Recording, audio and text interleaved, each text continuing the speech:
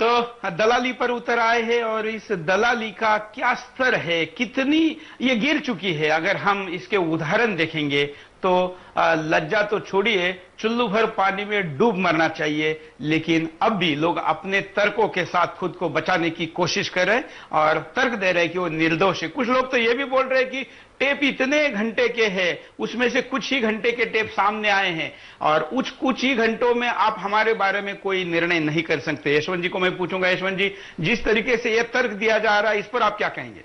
देखिए, ये तर्क जो है बेमानी है और लोग जानते हैं इस बात को कि इस देश में जब भी भ्रष्टाचार घोटाला हुआ है तो भ्रष्टाचारियों ने, घोटालेबाजों ने सिर्फ एक ही तर्क दिया है कि मैं निर्दोष हूं, जांच में सहयोग करूंगा, जांच पे मेरा पूरा भरोसा है।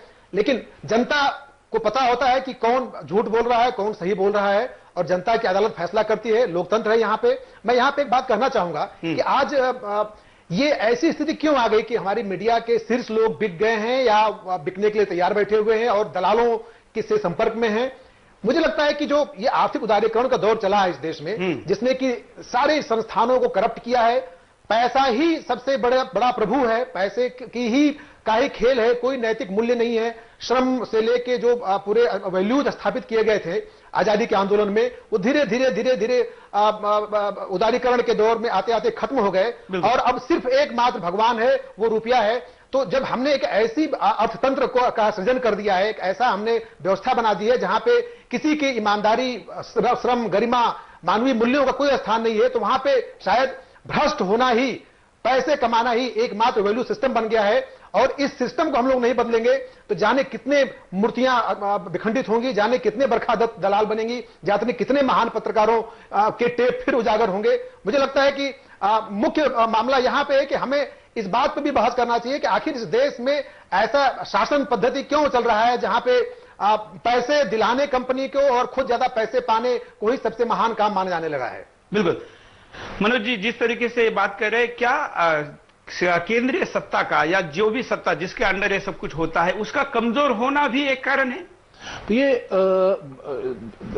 चाहे केंद्रीय सत्ता मजबूत हो चाहे कमजोर हो, मतलब दलाली तो दोनों हालत में हो सकती है। बिल्कुल, बहुत मजबूत हो तब भी हो सकती है, बल्कि खतरा तब ज्यादा होता है जब केंद्रीय सत्ता बहुत ज्यादा मजबूत हो जाती है।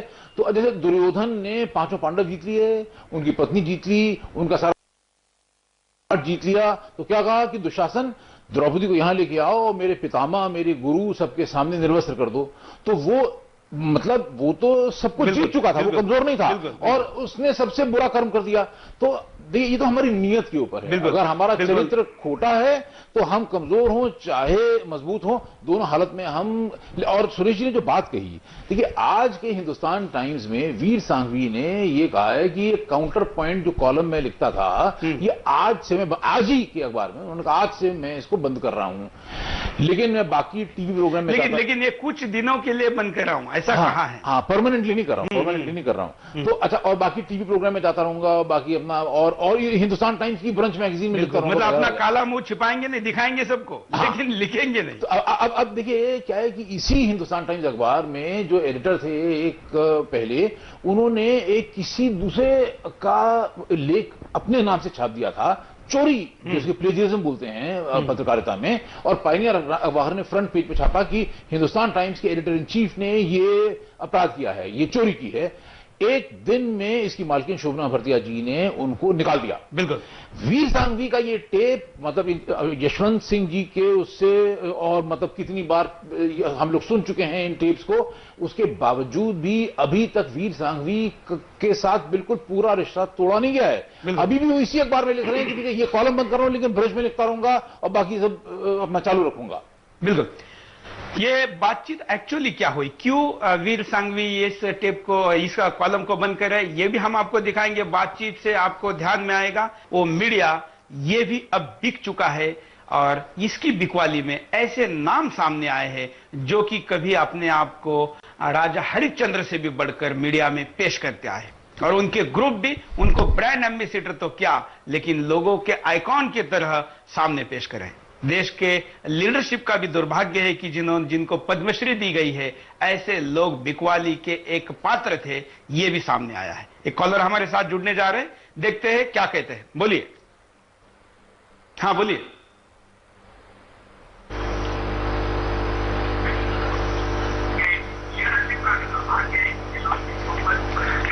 आप लाइव में जुड़ चुके हैं, बोलिए क्या कहना चाहते हैं। सुरेश जी नमस्कार। नमस्कार सर, आज सुबह ही मैं एक प्रोग्राम देख रहा था अपना टीवी में, जो कि एक फिल्म थी अपना सुदाम सैन पर। हेलो, बोलते रहिए आप। सुदाम सैन पर एक फिल्म थी जिसने अपने दामाद को देश के साथ गद्दारी करने पे उसने अपने दामादों को मार दिया, सजा दी। तो क्या हमारे देश में मीडिया ऐसी कभी क्रांति लाएगा जिससे कि देश के गद्दारों को या भ्रष्टाचारियों को सजा मिले?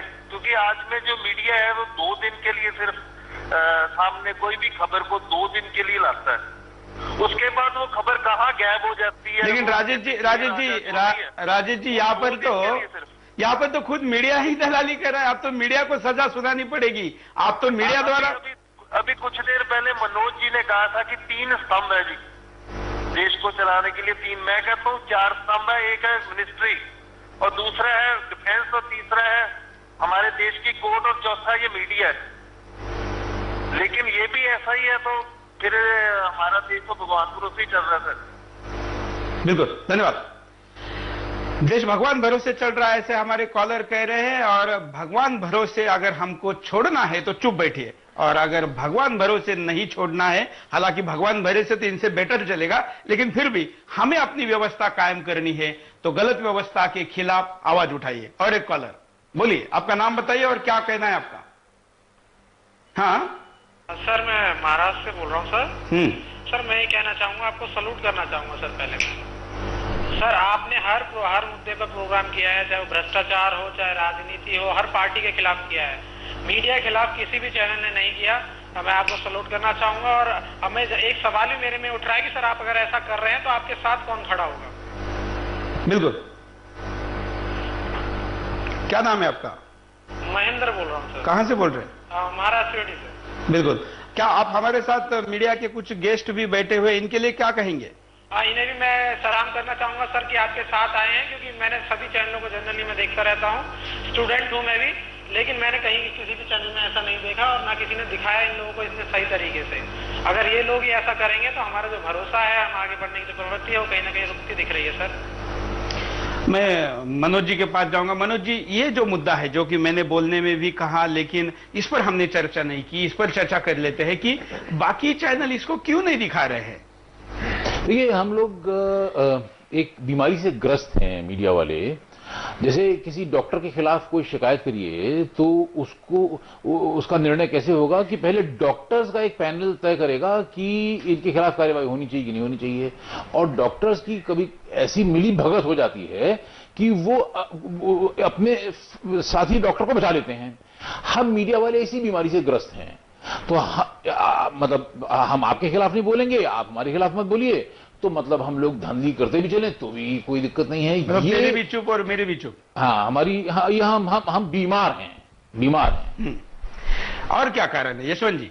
मुझे लगता है कि जो ये टेप हैं उसमें तो 5-6 बड़े घरानों के नाम सामने आ चुके हैं। टाइम्स ऑफ इंडिया को मैनेज कर दिया, उसकी वाट लगा दी, राडिया खुद बोलती हैं। और दैनिक भास्कर के अग्रवाल के बारे में कि ये लोग बड़े छोटे लोग हैं, धंधा बहुत बड़ा हो गया इनका, वो बात खुद कहती हैं। एनडीटीवी की बरखादत फंसी हुई है, हिंदुस्तान टाइम्स के वीर सिंह भी फंसे हुए हैं, और जाने कितने ऐसे मीडिया हाउस होंगे जिनको मीडिया राडिया ने मैनेज किया होगा, करोड़ों के लाभ पहुंचाए होंगे। बिल्कुल। और भी नाम मुझे लगता है यशवंत जी लेने चाहिए, क्योंकि लोगों को नाम ही पता नहीं है। जैसे प्रभु चावला है, राजदीप सरदेसाई है, क्योंकि ये नाम अगर हम नहीं लेंगे इन कार्यक्रम में तो लोगों को पता ही नहीं कि ऐसा इतना बड़ा कुछ षड्यंत्र इस देश में हो चुका है।